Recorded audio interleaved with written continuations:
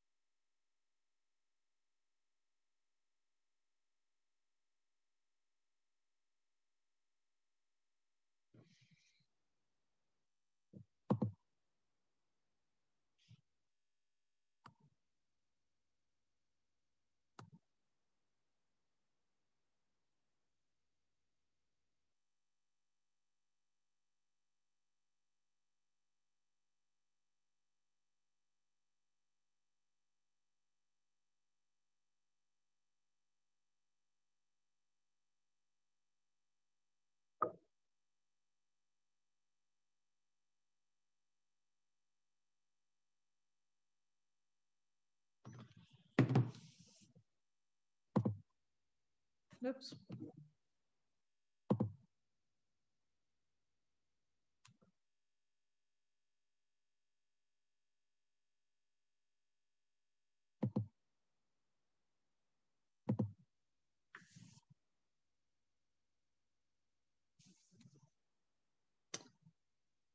Hi, this is Amanda Thode from AdvancedNet. Are either of you presenters for this session?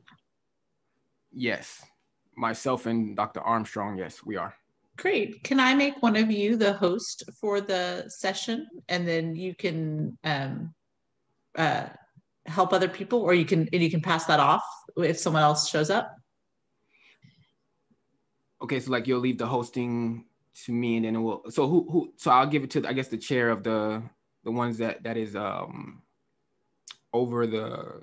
I think he's chairing the presentation. I guess I'll hand it off over to him. If you can't, or we can wait until he comes. It's either way is fine. If you're not comfortable with that, that's fine. We can wait until he shows up. I guess I could transfer. Do you know if you're not comfortable with that, that's totally fine. We can wait.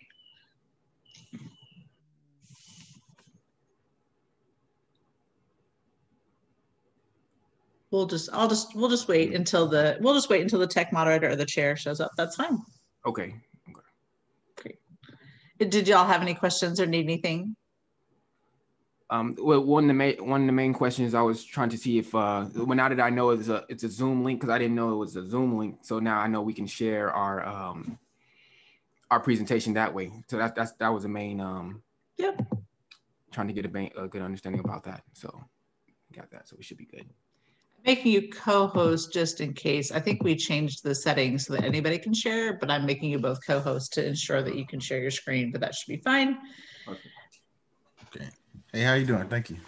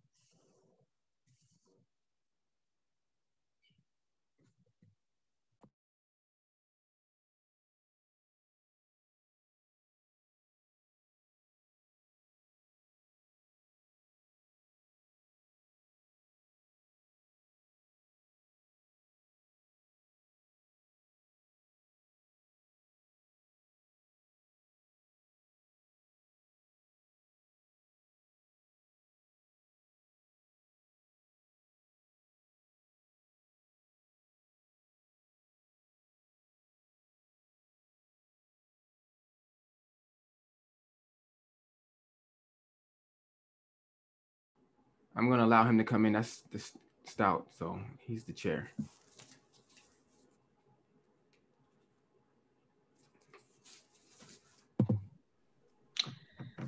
Christopher, this is Amanda from AdvancedNet. I'm going to make you the host, and I've already made the other two presenters co-hosts, and so then you can manage it from there.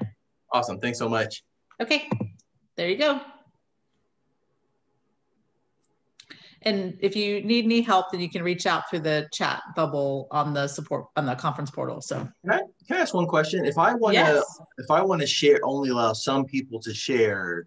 When I go to share screen, it says all participants, only hosts. Is there a way to only allow certain people to share, or do I make them co-hosts? I made both. So I think we had changed it because we were having some issues with that yesterday. So let me. I made you host, and so I don't know that I've now lost any. Here, let me reclaim host for a second. I'm gonna reclaim host for a second, and then let me see if there's anything I can do to change it while we're in the session.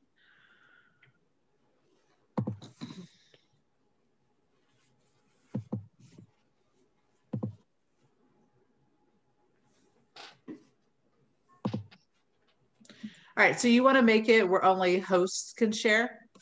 Ideally, so then, yeah, only the presenters can share, would be able to share.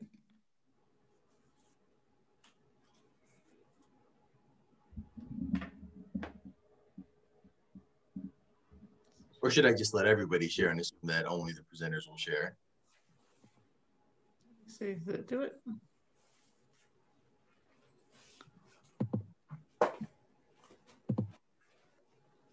So I changed it to only host.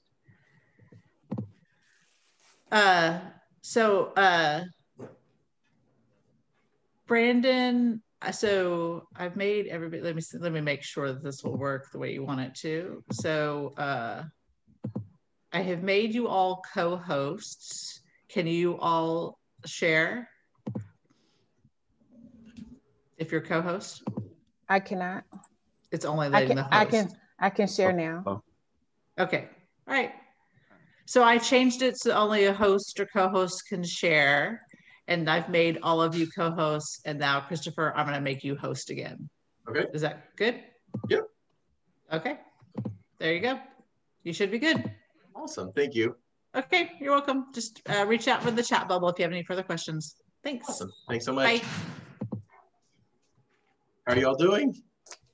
It's good. How are you? Well. Doing good. How about yourself? Doing all right. Everybody's good. Brother Sharif, you came Hey, what's going on? Yeah, I'm good. We came to Clark Atlanta. We talked about your data set a lot. So I appreciate you. Yes. Yeah, and you see my colleague here, Dr. Armstrong. So as I mentioned in that presentation, that we were going to conduct the survey throughout the state of Florida on the black vote. So we was able to get that data, and we're going to present that today. Actually, was able to produce 2 pieces from that. So it's exciting. Fantastic. I think one of the other participants dropped out, and then I have Power. Who? Of this one, it wasn't Dr. Of this part. The other one. She was the only other one, right? I think there's 4, right? So I think it's Kamar Silver dropped out. Okay. And then Platt sent me her presentation, but won't be able to come. So I downloaded it. And then I think I should be able to figure it. We'll figure it out. We'll see how that works. And then I guess we'll wait a minute or 2 and then get started. There's only 3 participants, so we have a decent amount of time. I don't know, what would you say? If we have an hour and 15 minutes, I probably need 10 minutes at most for questions. So 15 minutes per paper, 12 to 15 per paper. Would that be fair? Yeah, no, definitely. Yeah. All right. Does anyone have any preference on the order that we go in, or does it matter? Doesn't matter. Doesn't matter. I'll go by whatever the schedule is.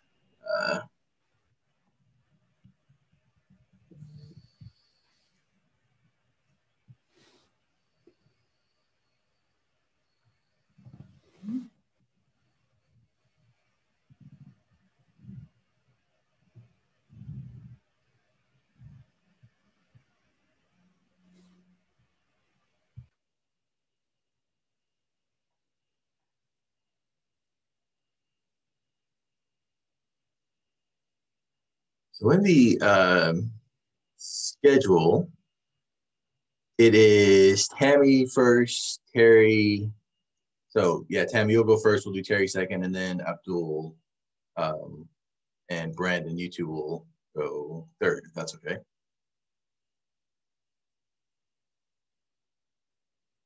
Perfect. That's fine.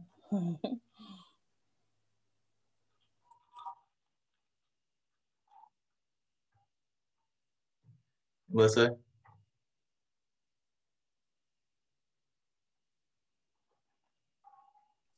Now I have to go buy your new book and read it after hearing the podcast. Sounds really good. So much.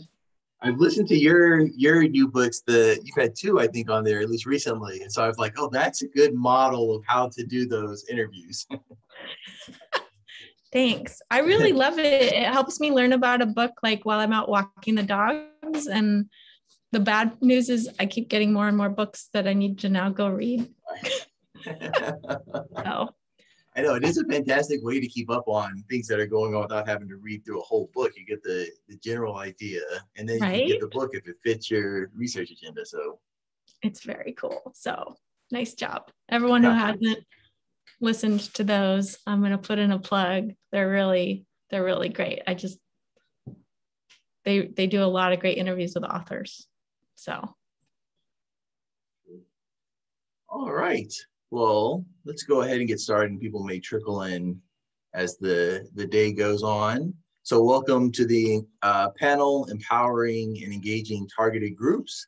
We have a fantastic set of presentations today. And so we're going to go in the order of the schedule.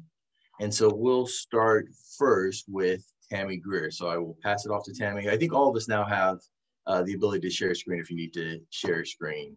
And then if you're not speaking, please put your Zoom on mute. All right, Tammy, thanks so much.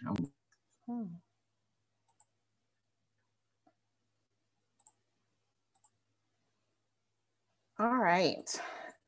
So I am looking at moving from protest to policy. What we've seen over the summer of 2020 seems to be a new revelation to many groups inside of the United States and around the world. However, it's not new. It's just all encompassing based on the interactions with police as well as the pandemic. So it's some realization has come. So moving from protest to policy. So first, I want to note that there is a difference between protesting and interest groups, and then what does effective mean, and then these methods, and if we have time for examples, which can kind of get folks in their feelings. So protesting. So protesting obviously is very different. It is all about gathering people to express disapproval of a policy or an event. There's some perceived harm, whether that harm is perceived or real. There is some harm that is committed. And then with protesting, the folks that come out and do the protesting usually begins with the harmed group or any groups of persons that identify with the event. And then others that come to assist with the protesting usually are allied in the individuals that come along to support those individuals. And then there's an interest group.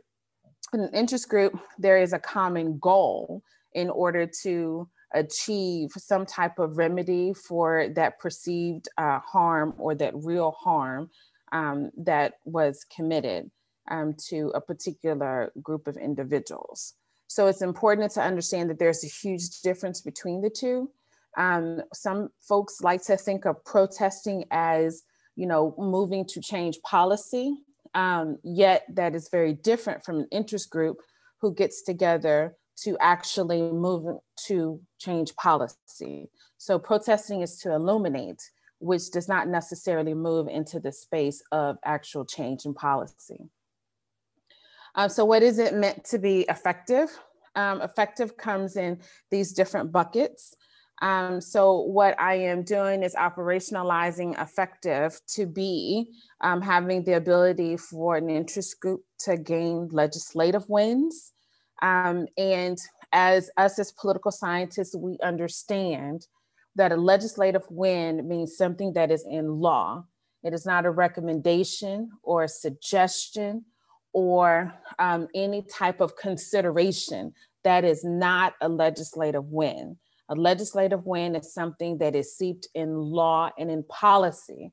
And as we talk through this, one of the items that is clear to note is that a legislative win takes place when there is something in law, and as we understand policy, there is a consequence if the law is not followed. So a recommendation has no consequence because it's not law, right? A suggestion has no consequence because it's not law. To be effective is to be goal-oriented. And this is where it's crucial to understand that likability and popularity has nothing to do with effectiveness. The goal is whether or not that particular policy or the goal of that interest group was able to be enacted. So being liked or being popular has nothing to do with whether or not a group is effective. Long-term versus short-term wins takes place where you have there's a long-term agenda and a short-term agenda. What does that look like? So your short-term wins, get something moving in a particular direction. And then your long-term, of course, is still goes all back around to seeped in policy and in law. Obviously, there is a policy impact, and this policy impact could be whether or not the group is able to address any disparity or discrimination, or to discriminate or disparage someone else, right? So we in this space tend to think of policy impact to address disparity or discrimination, yet to be effective, again, going back to likability or popularity, perhaps the policy goal of that particular group is to inflict disparity or discrimination. And then you have sustainability. Sustainability is the ability for the interest group not only to have impact because of the law or policy, they're able to then use their ability to then spread their model out to other spaces. And then this allows for sustainability, which allows for another group to have a difficult time to undo what was done based in the policy and the law. So that's what it means to be effective. So here are the 5 methods that I've developed for what it takes to be an effective interest group. So number 1 is to have a clear grievance. Whether that grievance is real or imagined, there is some type of harm that the group is noted, and they are clear and specific with the grievance. As I tell my students, and I know you do the same, that if you give me some vague or general idea of what a grievance is, it is not clear and specific. Therefore, how can we know exactly what to address? So what is your specific question? What is your specific grievance? So that can be addressed, whether that grievance is clear or imagined. The next is that there is a detailed agenda to go along with the group in order for the group, and the group then gains or develops agreement amongst itself of how the group would like to see the grievance addressed, right? So this is not about, I have a grievance, now you solve it. Like we get some students that come to us and say, I have a problem. And then, okay, so what do you want me to do about it, right? So what is the detailed agenda that the group has developed and the group is using to be clear and specific with these items, and are taking it outside of their group in order to pass it along. There's a specific ask or asks. So again, this goes back to having a clear grievance. So the specific asks are those items to address the specific grievances. So again, it's all about specificity. Whether it is in law or in policy, there are some specific components that go along with addressing the grievance. Then there's follow-up. Follow-up can be tricky because this follow-up means that when it comes to individuals, when it comes to the ability for the group to then say, okay, here is our specific grievance. Here's the agenda for using to address those grievances. Here are our asks. This is what we want. And then you have folks within the group to come along to say, we're going to follow up. And the follow up includes, I know exactly which entity it is to address that particular item. So I understand who can address an item and not just I'm throwing it out there. For example, in my community, one afternoon, the water went out, right? So everyone goes and, to the faucet, there's no water. So on the community message board, all of these people are angry about the water. And they said they called 911 and they were no help. Because the proper follow-up, 911 does not deal with water, right? You call another entity. The follow-up component means that the group understands who specifically is there to address the concerns in order to have effective follow-up. So please don't call 911 if your water's not working, because that's not what they do. Then the final portion is a diverse coalition. Effective interest groups are able to get what they need because of the diversity of their group. So let's be clear on what diversity means. Diversity is not just a racial identity or an ethnicity. Diverse coalition includes gender or gender identity, economics.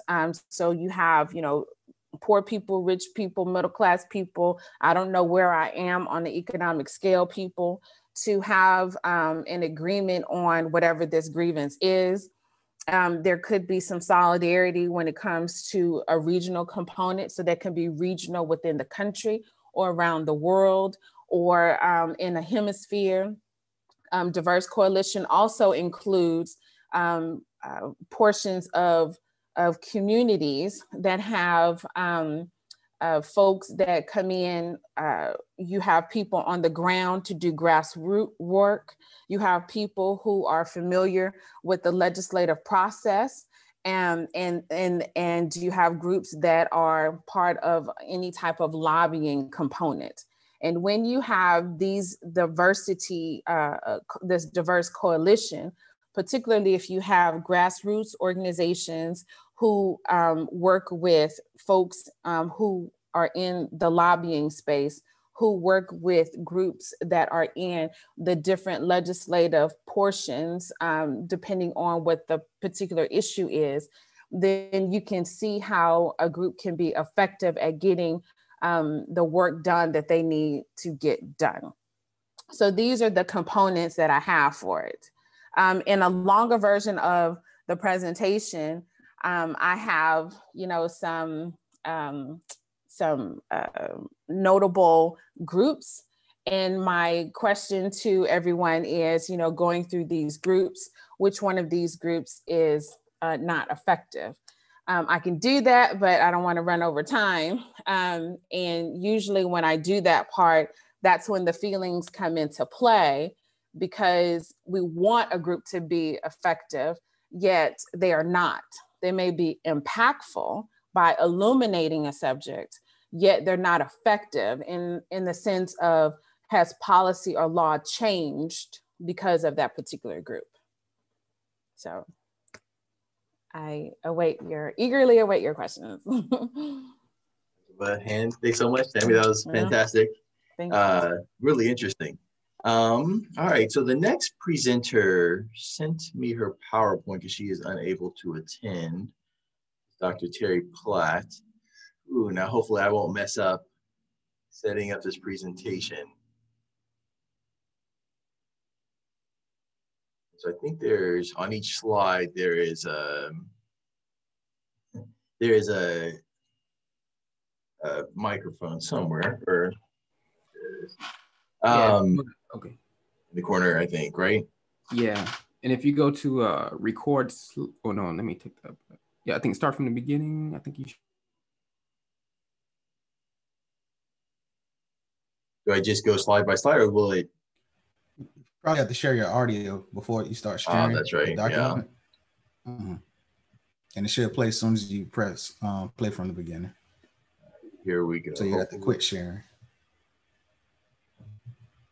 So can you all see it? Yes. I will start it then. So my name is Dr. Terry Platt, and I'm an associate professor of public administration at Clark-Atlanta University, and I'm also an affiliated faculty member for the Center for Cancer Research and Therapeutic Development, also at Clark-Atlanta University.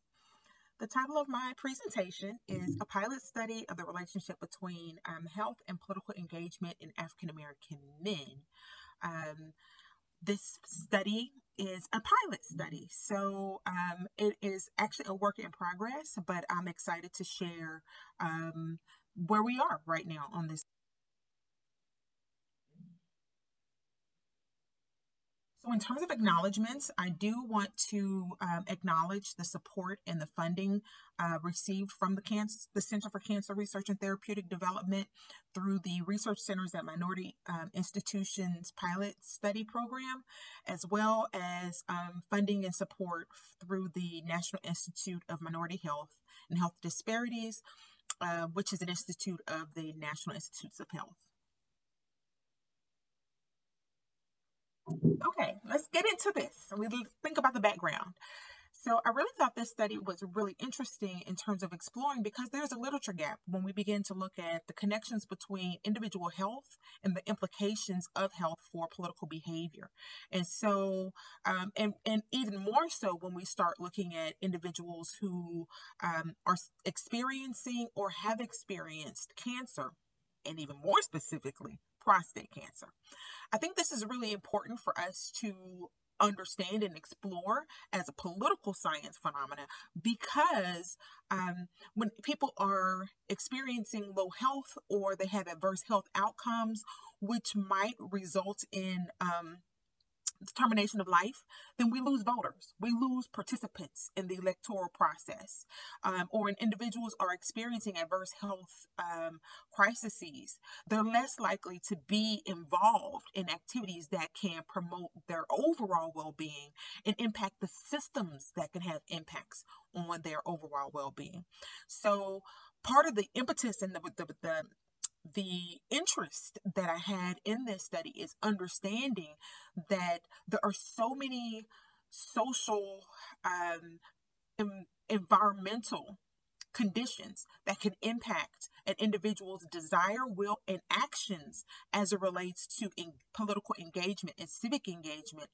But I really wanted to know, how does it impact those individuals who may be experiencing or have experienced adverse health crises in their lives. So my understanding, or my goal, is to understand the relationship between specifically physical activity and political civic engagement with African American men who have received a previous diagnosis of prostate cancer. And I think this will advance our approaches to understanding and improving concepts of efficacy in terms of internal efficacy and external efficacy, which can have larger positive health impacts. So the base mode of collecting information in this study through administering surveys. And the goal was to administer them at 3 different points in time, which I will talk about momentarily, where the study participants engage in self-assessment of their behaviors, as well as they provide a self-assessment of their overall health. And so we want to understand their physical activities, their civic interactions, as well as their overall political engagement.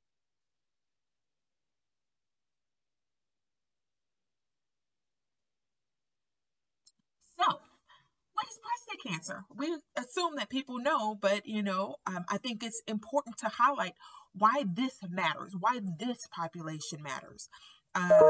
So when we think about prostate cancer and we look at information that's coming from some of our national health institutes, as well as some of our major research centers, we know that African American men are disproportionately impacted by prostate cancer in terms of their diagnosis rates, and when we look at death caused by or as a result of complications or the reality of prostate cancer. And so what I provide here are some images to just kind of help to provide visualization of the differences in prostate cancer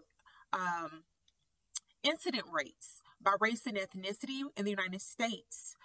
And we can see that in this first graphic that men, and prostate cancer primarily impacts men, are significantly more impacted by prostate cancer. And this is looking over time. And even though we see that overall prostate cancer rates are decreasing, we still see disparities in prostate cancer rates for African American men in comparison to other racial and ethnic groups.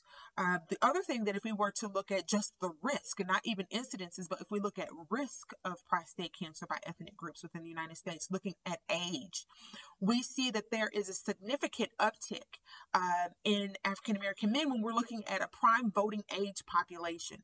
We're looking at a prime age where one is being impacted by their political environment, economic circumstances of their lives, as well as their social realities. And so it's important to think about this, the trajectory of one's life, as well as the trajectory of one's voter engagement and the possibility of one's voter engagement, and how they may intersect. One of the things I did want to note is that it's recommended that African American men who have a parent or a sibling who's been diagnosed with prostate cancer, that they begin their annual screenings at the age of 40. But individuals and men who do not have a history of the disease should begin their annual screening at the age of 50.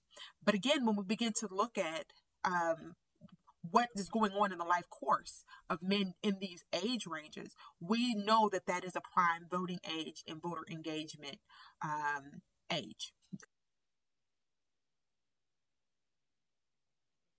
So I think it's really interesting when we think about, dig a little bit deeper. So we know that African American men are being disproportionately impacted by prostate cancer, but it also is important to understand how are they going through this experience, and what are some of the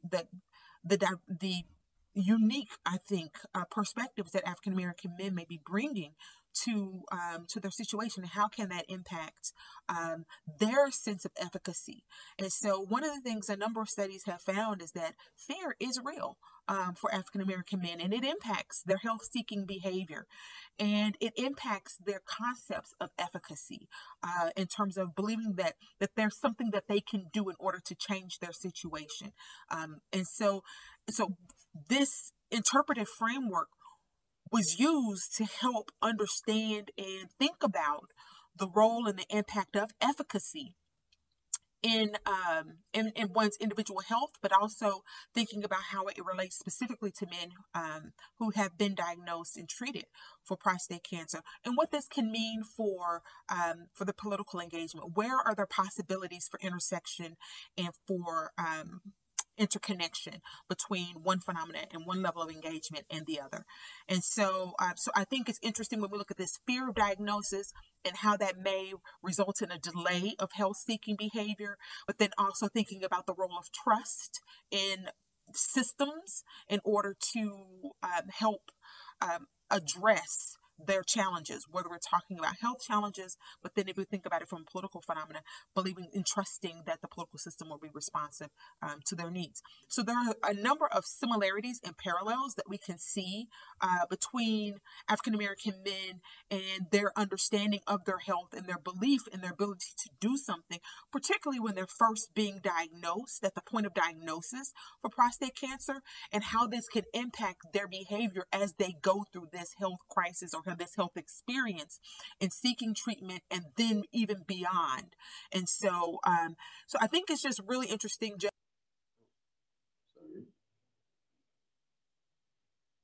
And then even beyond.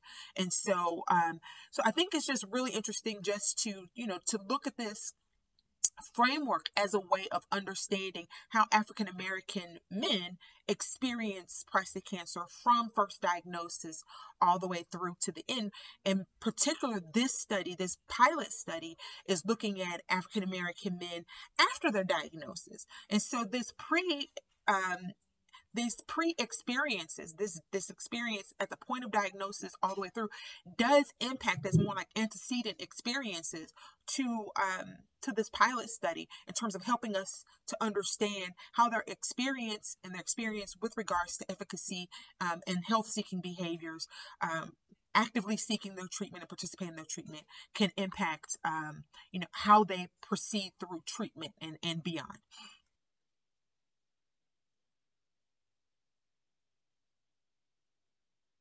So this is another framework that I think is really interesting when we look at like the big picture, because I think it's important to see how all of this connects. And one of the things I mentioned before is the role of fear and how it impacts efficacy, how it impacts engagement with systems, and particularly when we think about healthcare systems, that it can lead to a level of avoidance, particularly when we think about health-seeking behavior and early treatment for prostate cancer, or seeking an early diagnosis for health illness that could be prostate cancer.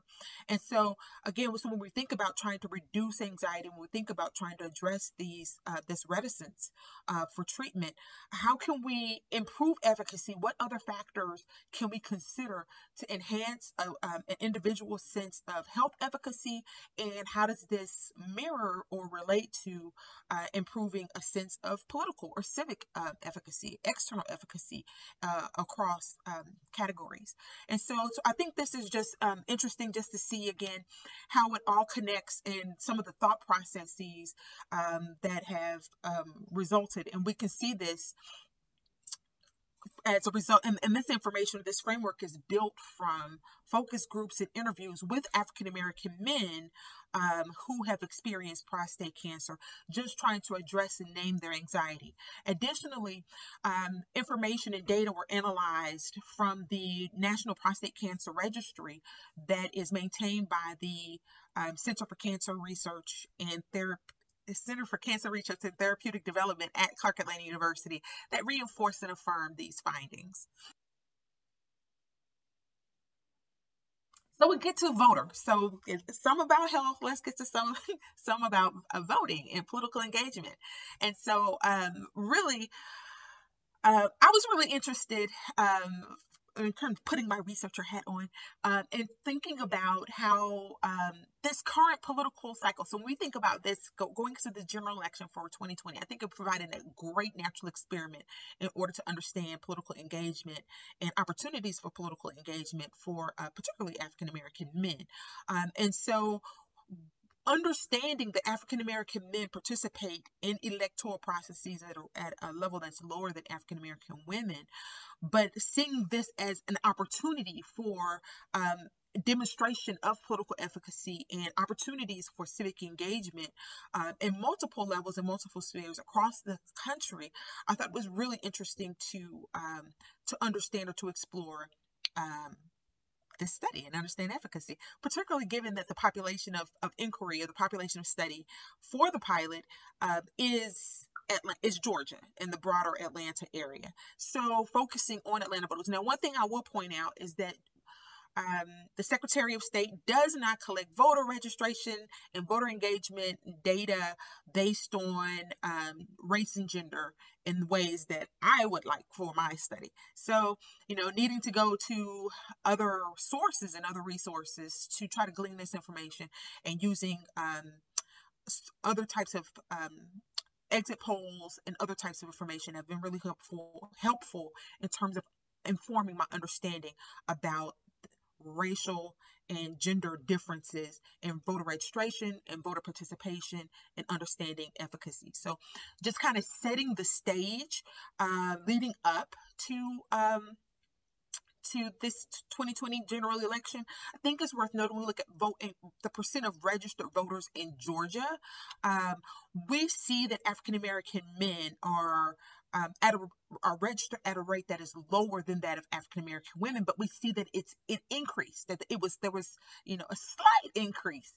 So my thing is, well, what has accounted for this increase? How can we understand this? And are there possibilities to inform our understanding of this increase by looking at health-seeking behavior? Are there possibilities? Because we know that 1 in 4 African American men will be diagnosed in their lifetime with or treated for prostate cancer. And so it's important for us to understand what's going on with African American men across these, across these opportunities for engagement and opportunities for efficacy. So this is kind of helping me to develop this foundation for the inquiry from a political engagement perspective. One of the things I'm still working on is this Pew data of looking at this scale of political efficacy, just to see if there's really anything there to see in comparison with the data from my study. In terms of looking at understanding levels of high efficacy, low efficacy, and where are there intersections in terms of those who are more politically engaged, less politically engaged by age, by education, by ideological orientation, and race. In this instance, we do see some markers, but how are they interconnected and how are they working together, particularly as it relates to the 2020 election, which is unique in its own ways. Because of COVID-19, because of the political environment, because of the summer of political protests and opportunities, particularly around issues that matter to African American men. And so I think there's some real opportunities here for. For the sake of time, I'm going to move ahead a little bit because she's at time now, and it looks like there's several slides left. Let's see, maybe the next ones are a little bit shorter. Yeah, they are a little bit. Let me go to the project summary. And so when we get into the project overall, we really wanted to evaluate the relationship between physical activity, political engagement, and African American men who have been diagnosed within 5 years of regional stages of prostate cancer and those who have not. And so we were utilizing Qualtrics as our survey tool. There are about 56 questions that we ask the participants, again, at these 3 different points in time. Our participant total is 100, our participant total goal, because we haven't reached it yet, is 120. With an expectation that we will be able to recruit 60 individuals who have never been diagnosed with prostate cancer and 60 individuals who have been diagnosed and treated for prostate cancer. So initially, our study was to look at 3 different points in time over 12 months, but COVID-19. And so, we had to make some adjustments to our timeline, and that's okay.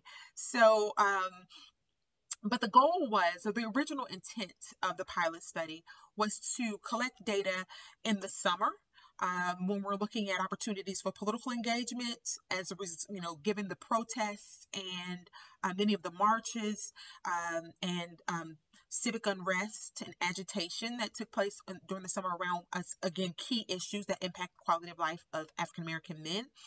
Then also looking at collecting data in the fall/winter, closer to November, when we're leading up to this election, around runoff time as well, recognizing that there could potentially have been runoffs that could impact political reality or the political environment, and understanding how African American men are engaging the political system during these times. And then also Next slide.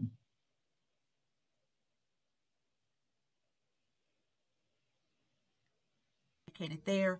These are the measures that we're planning to use and at the 3 different points of study. So we wanted to use the RAND 36 item health survey to collect information about overall health in those who may experience chronic illness based on comorbidity or just overall chronic illness that a person may have been dealing with or living with over their lifetime, collecting some demographic, political, and other types of health characteristics in terms of smoking status. This is where we're collecting a lot of the information regarding the types of treatment and the medical support that they may have received or be receiving as it relates to the prostate cancer diagnosis, looking at other comorbidities that could influence and impact political engagement, and then looking at civic and political engagement indicators in terms of understanding efficacy. And so our goal is to look at the difference between refusers and enrollees, so individuals who may have refused or dropped out of the study. So we're going to evaluate that using chi-square and some t-tests, and then looking at adverse events, recognizing that we're working with an older population, that there could be and quite possibly could be adverse events, and then trimming it over the course of the study, trimming those frequencies, but then also trying to establish this initial baseline at the onset of the study that we can use as a point of comparison for overall engagement and actual engagement at those different points in time. So there's a lot of data analysis that we're really hopeful for coming out of this study in order to help us understand. Let's do this and then we'll engagement. So some of the challenges that we faced have been difficulty enrolling participants. And so, we've worked with different groups, but making that pivot, particularly for some of the older male groups that we've been working with or have reached out to in order to identify participants, has been somewhat of a challenge, especially based on the time frame that we were initially trying to do with this study. So we wanted to increase the enrollment age so that we can be sure to get more individuals who have experienced prostate cancer. That was another challenge, is that we've enrolled several people, but our ability to enroll individuals who have been treated for prostate cancer was surprisingly low. And so, so that's some of the challenges that we faced, and that slow enrollment has led to a change in protocol of working with different organizations rather than trying to recruit individuals through barbershops, through church engagement, church association engagement, and other types of engagement, but more strategic community outreach, intentional efforts. And then also recognizing that some focus groups might be quite informative for our understanding how COVID-19 and the changes that related to COVID-19 may have impacted concepts of efficacy and manifestations of efficacy for participants in the study. And there seems to be a lot of support from the research team and research evaluation team at NIH and in the campus. All right, so I'll end it there, and I will we'll move to our next paper. Then let me stop share. And that is with Abdul and Brandon. So I will pass things on to you. All right, thank you.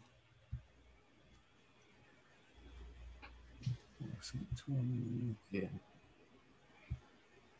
Perfect. All right. All right, for the second time, we pre-recorded our presentation, so I'm going to play it now for everyone.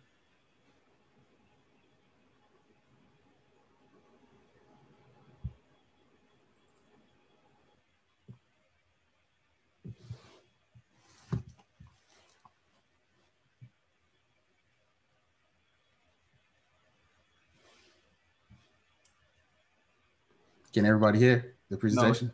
No, you got to share your sound. Okay. All right, start that over. Share sound. All right.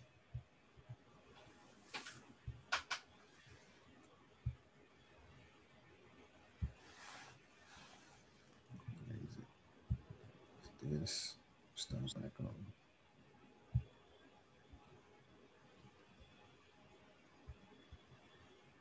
let me know if you Fair need. sound. All right. Hello, everyone. My name is Abdul Sharif, And I am Brandon Armstrong. and today our paper is going to cover the 2020 presidential contest and the Black vote in Florida.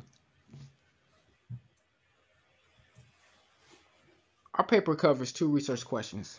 First, to see if the Black vote operates monolithically. And second, we wanted to investigate if the overall opinions and preferences change among the group when party affiliation, gender, and ethnicity is factored in. Introduction. Surveying voters on policy issues has been a common practice in the political realm since the late 19th century. Polling results have allowed for political scientists to closely analyze the impact of government policies on the public.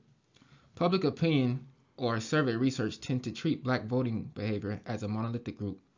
This study uses original survey data conducted after the 2020 presidential election to explore the different levels of Black public opinion in the state of Florida on different policy issues.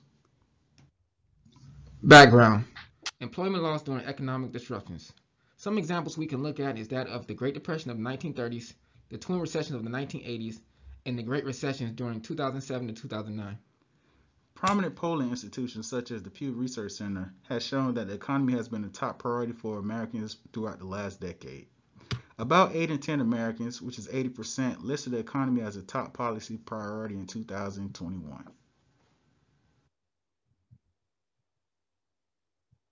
Literature review.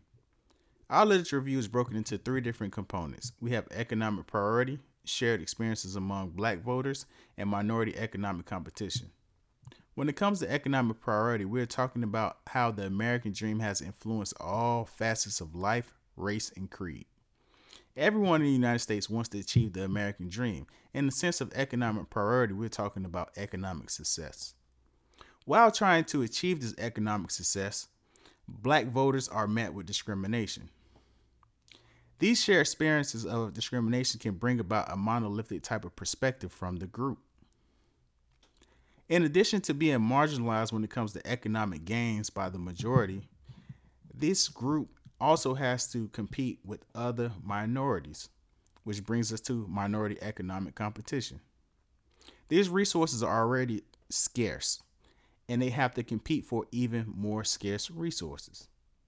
This competition between these minority groups are highlighted during elections where minority candidates are running for office. This conflict can be traced back to the 1960s during the Civil Rights Movement over the disputes of who achieved the most equity gains and equality gains as a minority group. Hypothesis. Our paper presents a few different hypotheses. The main hypothesis is that we believe that there will be a significant difference in the Black vote. If we have this difference, we will be able to reject the notion that Black voters operate as a monolithic group. In order to do so, we have some sub-hypotheses. We look at policy issue responses and party affiliation, policy issue responses and gender, and policy issue responses and ethnicity. We believe with these factors, policy issue responses and party affiliation, they will be statistically dependent. For policy issue responses and gender, they will be statistically dependent. And we also believe that policy issue responses and ethnicity will be statistically dependent.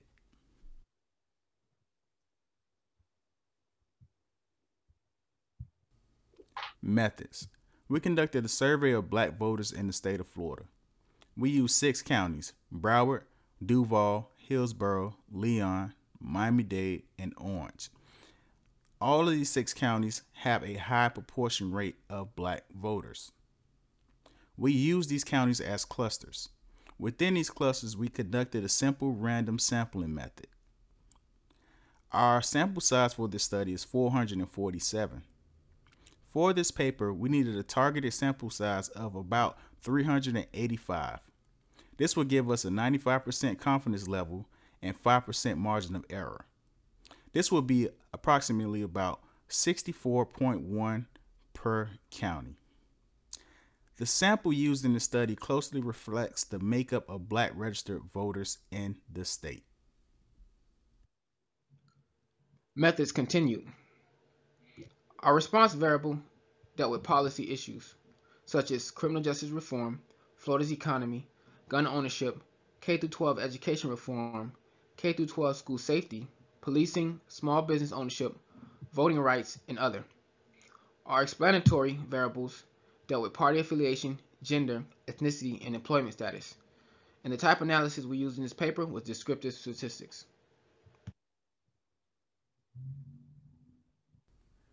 Results. Figure 1 explored policy issue responses by party affiliation. On the y-axis, we have frequency of policy issues. On the x-axis, we have party affiliation. And we have our different policy issues as our legend.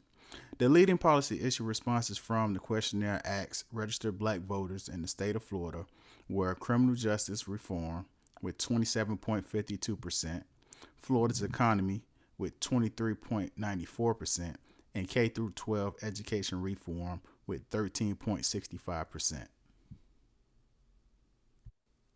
Figure 2 investigated policy issue responses by gender. On the y-axis, we have the frequency of policy issues. Now on the x-axis, we have gender. And we have our policy issues as our legend.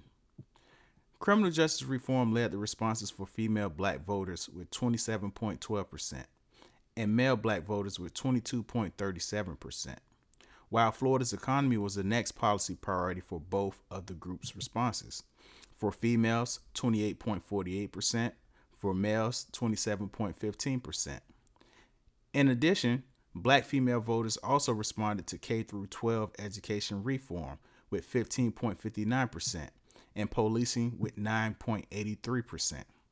On the other hand, black male voters also responded to voting rights with 15.23%. and K-12 education reform with 9.93%.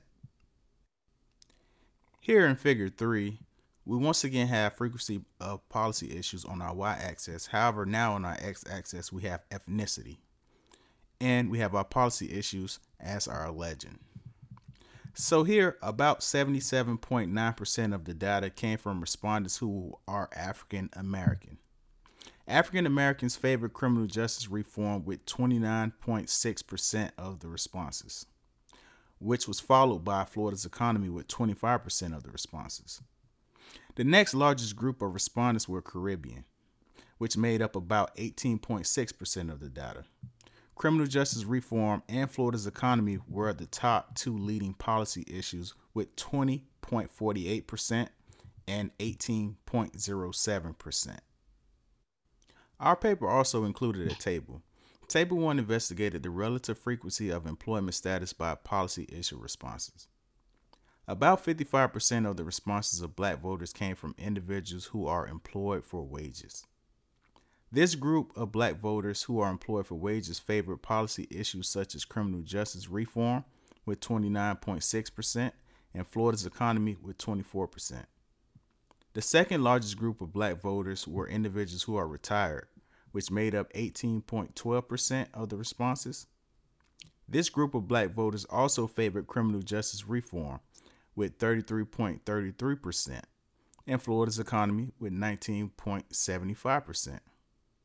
On the other hand, some black voters favored Florida's economy as their top priority, such as those who are out of work and looking for employment with 38.46%, out of work but not currently looking for work with 60%, as well as those who are self-employed with 24.32%.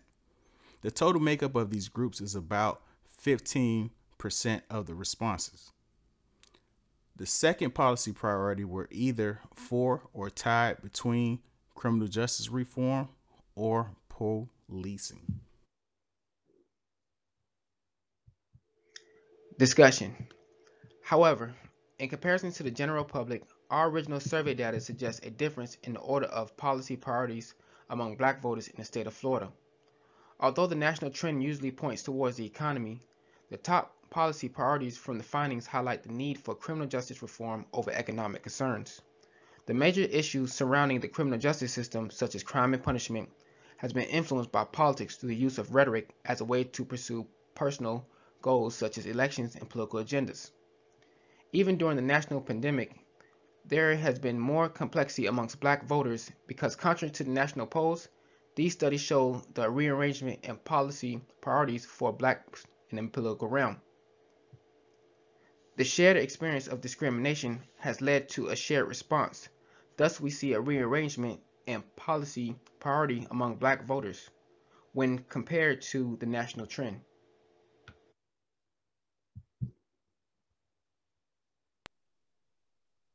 All right, thanks so much. All right. Really interesting. So I will move pretty quickly through some comments that I have about both projects, and I'll save Terry's comments. I'll email her separately, and anyone who has questions for her, I will also collect those and email those to her. For the first presentation, Tammy Greer's discussion, I found that to be a really fascinating set of a really interesting article or framework. And this is something that I struggle a lot with. I just taught this quarter of class on race and social movements. And so we've been trying to think a lot about how do you measure success. And I think you do a really wonderful job of putting together a strong topography of ways we might think about doing it. And so I just have a couple of comments or thoughts about it, and I'm kind of curious to know what you think. The first is the opening comparing protest versus interest groups. And I wanted to know what you thought about the length of those groups, right? And so maybe even the co-optation of those groups. As protests get larger and larger, then it becomes more and more likely that interest groups try to move into that passion and that fervor and use that to try to influence political policy. And then there's a strong cooperation. So I often think of protests as being important, but their voice gets magnified when they're tied to interest groups, and interest groups are more effective when they're tied to some type of protest. So I was thinking about that link there. The other thing I was thinking about, and this is something that I talked about in my particular class, was the legislative win is one thing, and this is something that I think you get to when you talk about the follow-up, but how much more is there's the de jure, a law comes into effect, and that's the law of the land. But then the de facto, do people actually adhere to that law? And I think about that with desegregation. There are numerous Supreme Court cases which struck down policies that had segregation, but nobody was following those laws. And so beyond just the win, how much do you get adherence to society? And I think you get to that a little bit at the end when you talk about the broader coalition, but I'm kind of interested thinking about that.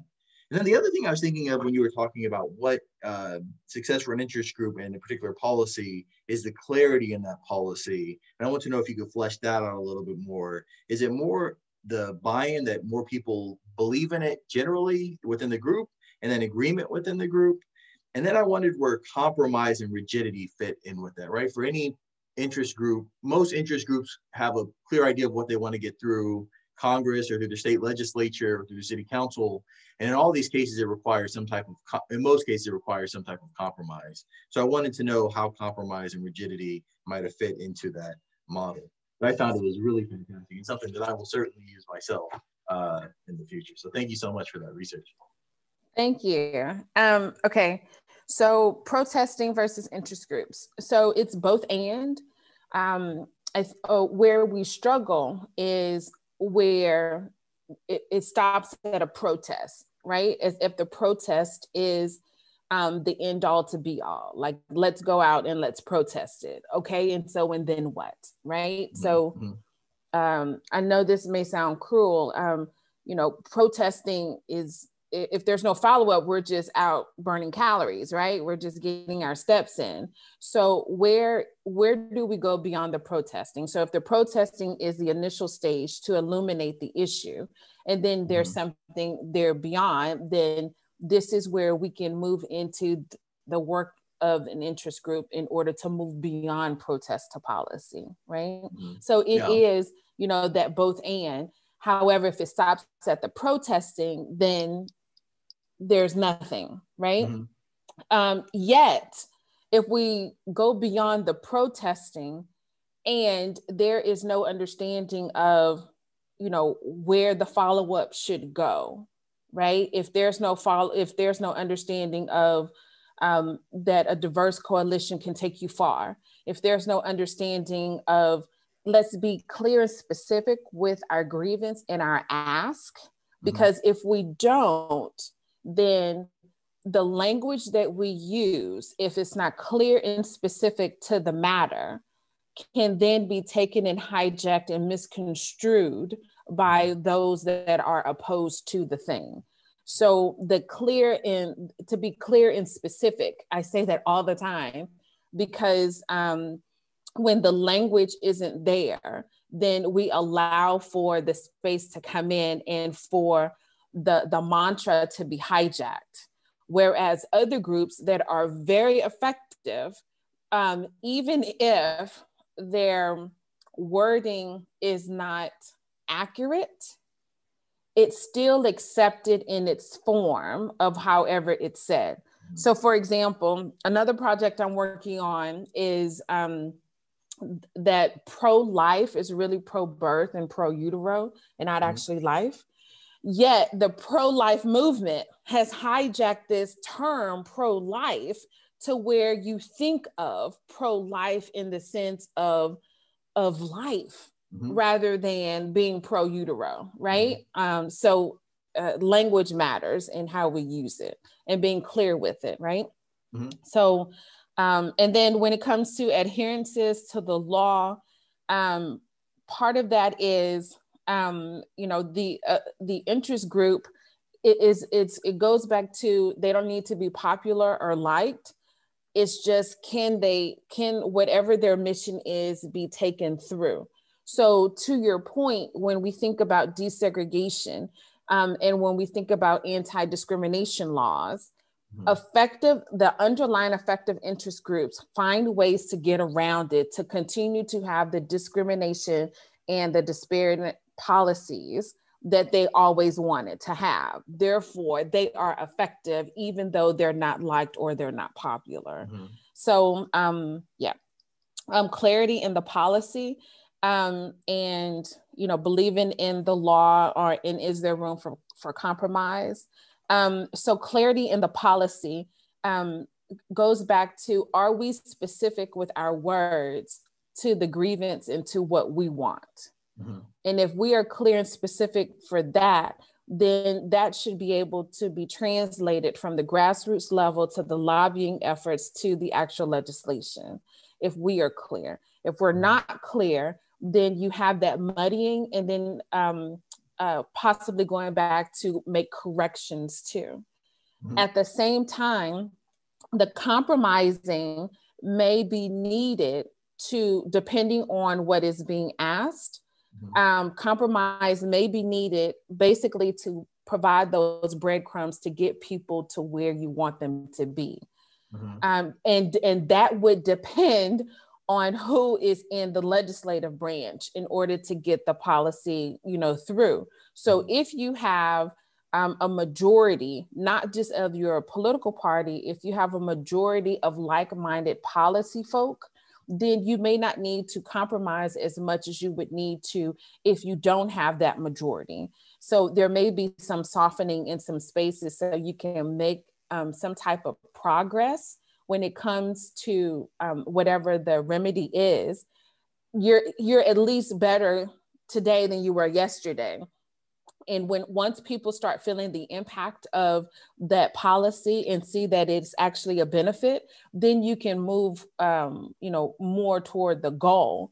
But that would just depend on what the legislative branch looks like in order to determine whether or not you need to compromise, or can you just go ahead. And if I could, particularly when it comes to conservative groups, they tend to get almost everything they want because they have the votes in the legislative branch, especially on the state and local level, because most Black and brown people don't pay attention to state and local politics, only to the federal level.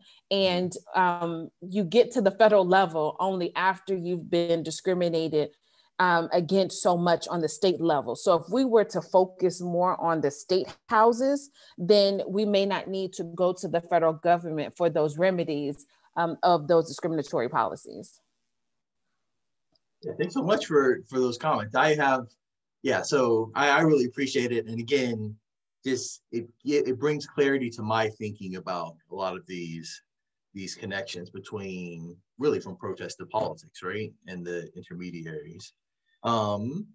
Abdul and Brandon, I will give you some comments and I'll open up to the floor, and then we can have a more general discussion. Thanks so much for your presentation about Black voting behavior in Florida and the issues that they care about. I think one of the things that everyone was a little shocked by in 2020 was how well Donald Trump did amongst African Americans, particularly in places like Florida.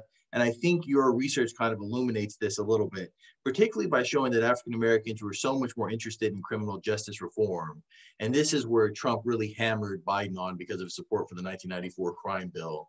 And so it looks like, particularly amongst Black men who shifted more toward Trump than they had Clinton before, this may have played a huge factor. And so I just think that this should be, you should talk about this a little bit more, because I think that is really, really interesting.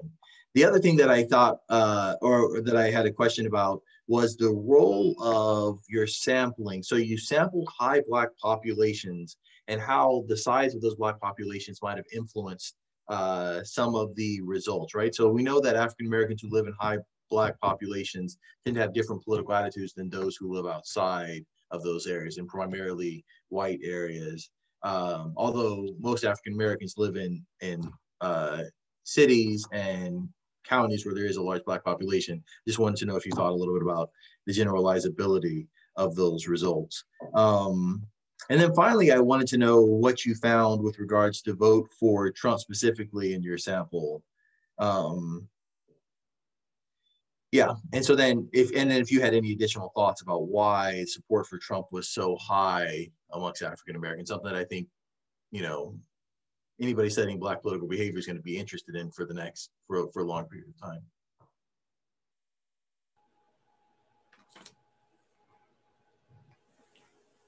Yes. So when we look at, let's go back to the first question. If you could just repeat that, I just want to make sure I answer it correctly. Oh yeah, I guess the first question was, what do you think about the link between criminal justice reform being so high on your measures, right? If you before you put that survey out, I would have said, oh, voting rights is probably an issue that most people care about, particularly in Florida. But then to see criminal justice reform so high, like, what do you think that does for Biden's support? Or do you think that was a large factor in Biden's worst performance compared to other Democratic presidents? I mean, from the study and what we research, we noticed that from the, it was that common shared experience of discrimination, especially when it's dealing with criminal justice, and that's in the form of courthouses being stopped by the police and things of that nature. So again, that commonality definitely allow for them to respond that way. And again, especially coming from the summer and a lot of the protests that was occurring. And if we look at historically, what a lot of Black people have been experiencing regardless of ethnicity. And again, this is why we really targeted and really honed in or focused on the different ethnicities within the Black vote to show the complexities of it and see how they responded. And again, as we went deeper into the study as well, you'll notice that not everyone, it wasn't their first choice, but again, we can understand that economy was the first choice for those individuals out of work and those people who were looking for work and so on that nature. So again, that did shift. However, we see that the primary focus was that of the criminal justice reform and the linkage that we see that there. And again, that's something that we didn't per se look at in this particular research, but looking at it, you can see why the numbers probably weren't as high as compared to 2008 and to 2012, as far as the Black voter turnout, particularly in Florida. Because, Florida is always that state that you have to be mindful of, the swing state where, depending on if you can tap into that population, and you can pretty much determine the outcome of that particular electoral contest. So again, especially if you look at some of the things that Trump tried to do as far as honing in on the criminal justice form and releasing certain individuals or what have you, and trying to make some type of change that way. This could be something that we can further investigate and look at to see if that did have an effect on that. All right, great. And regarding why we looked at those certain counties, we looked at those certain counties because of the high proportion of Black people that reside in those areas. In the state of Florida, we have either you live in a big city or you live in a rural area. And Black people are normally in those pockets, such as South Florida, Central Florida, and certain pockets of North Florida. That's why we paid attention to those particular counties. And when it comes to registered other party affiliations outside of Democrats, those are the areas where a lot of those individuals are actually located based on the information we found within our survey. And our data was our sample was was very reflective of the state when it comes to party registered voters, when it comes to Black people. So we was trying to tease out that information of, okay, in normal polls, they lump Blacks together, all Blacks are together. However, we know in the Black community, you have African Americans, you have your Caribbean descent, you have your African descent, you have your Hispanic Blacks as well, and Latino Blacks. And everybody has a different ideology when it comes to politics. The whole notion of some individuals within the Black community may vote left, but actually think right. So we was trying to tease out some of that information to see where these policy changes are coming from. And we were surprised to see that criminal justice. But within our research, we found that this idea of the shared connectedness, like although Blacks across the ethnicity may be different and have different views, they all have a shared connectedness when it comes to discrimination. So they all have that experience, no matter fair skin, dark skin, no matter how many languages you speak. In certain areas, you may come across that once in your life. So it's a trigger that brings that idea of togetherness. And as we can see in this, within our research, we point towards the criminal justice system. It makes sense. We didn't expect the criminal justice system coming from the pandemic that we're experiencing now. We assume individuals will be more in favor of Florida's economy, especially with the national polls showing that Blacks are heavily impacted by unemployment during these times. However, even though they're impacted by unemployment, even those individuals who are out of work, seeking work, or not even bothering to seek for reemployment, they still have criminal justice as their second top priority. Yeah, that's really, it's been, I lucked into being the chair and discussing for this panel because this is such interesting work. I'm going to open it up to the audience, and then if anyone has any questions, I also have some follow-ups. Would anyone from the audience like to ask a question? We have about 7 or 8 more minutes.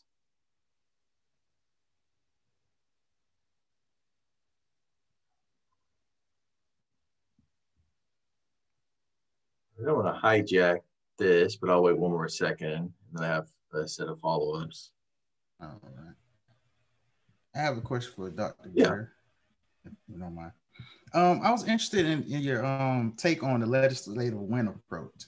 So when it comes to protests, we normally think about people in numbers, large groups. The larger your protest group, the more you may be heard, or so forth. But when it comes to interest groups, we think about people plus money, the money aspect, the resources aspect. So I was just interested in your take of the follow-up. If we take in mind, let's say Mayhew's electoral connection thesis, that members who run for office are single-minded, all they care about election and re-election. So how does those legislative wins impact their follow-up? So, right, that would take the approach that us as citizens have no impact beyond getting them into office.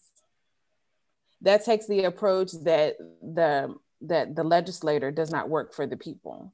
That takes the approach that the people, once you put them in office, you have a hands-off approach, which then brings us to, then why are we upset about what happens in the legislative branch, right?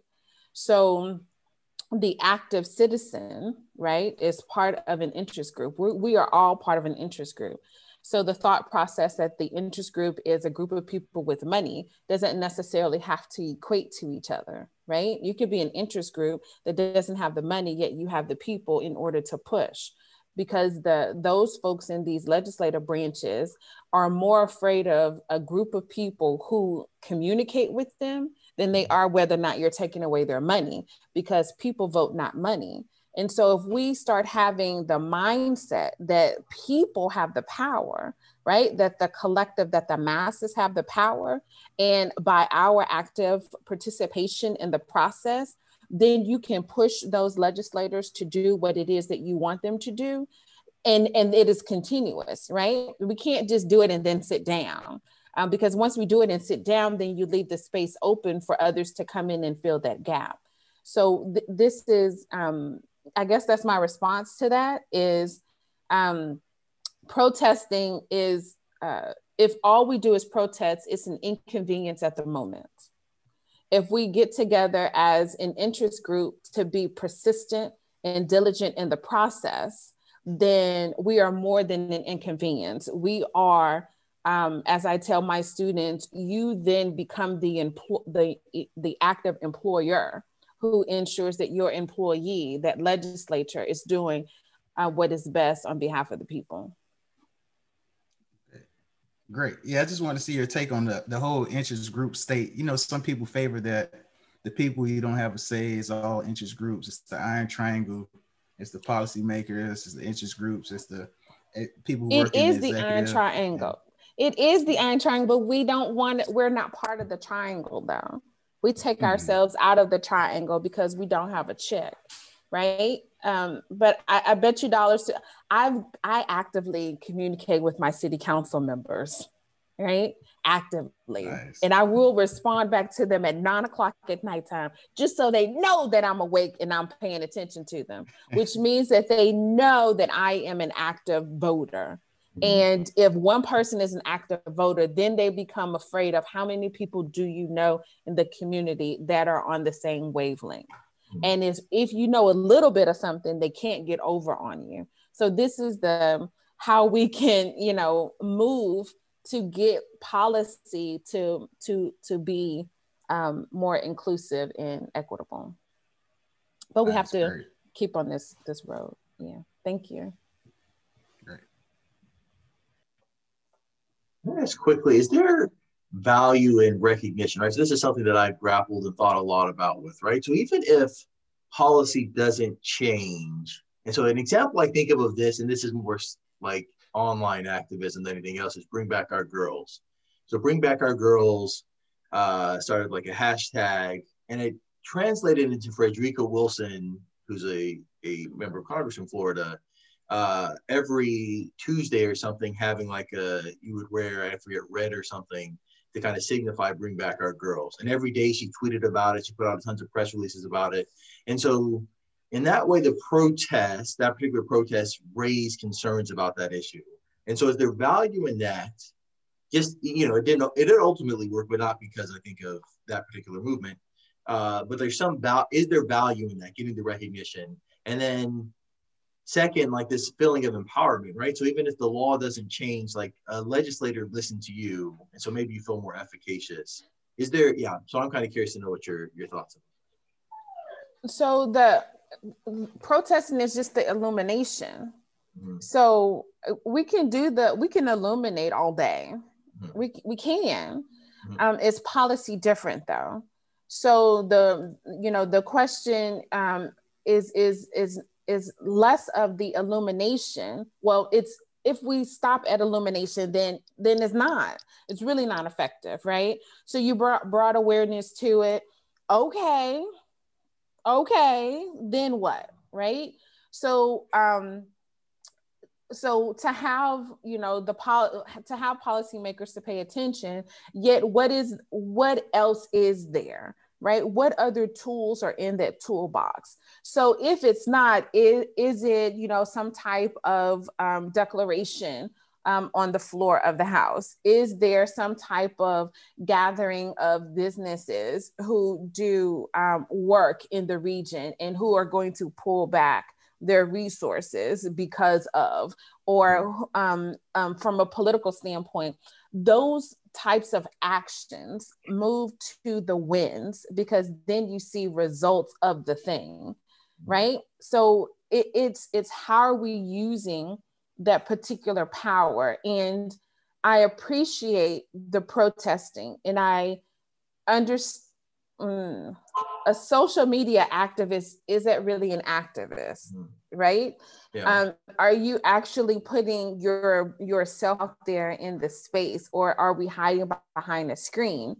And so we can illuminate an issue. We can get people to be released from prison and get clemency and parole or pardon. Yet if the law is still the same, have we really done something? If the law is not changed, have we done something? If the criminal justice system still has those laws, have we really done something? I appreciate the people being let out. I really do.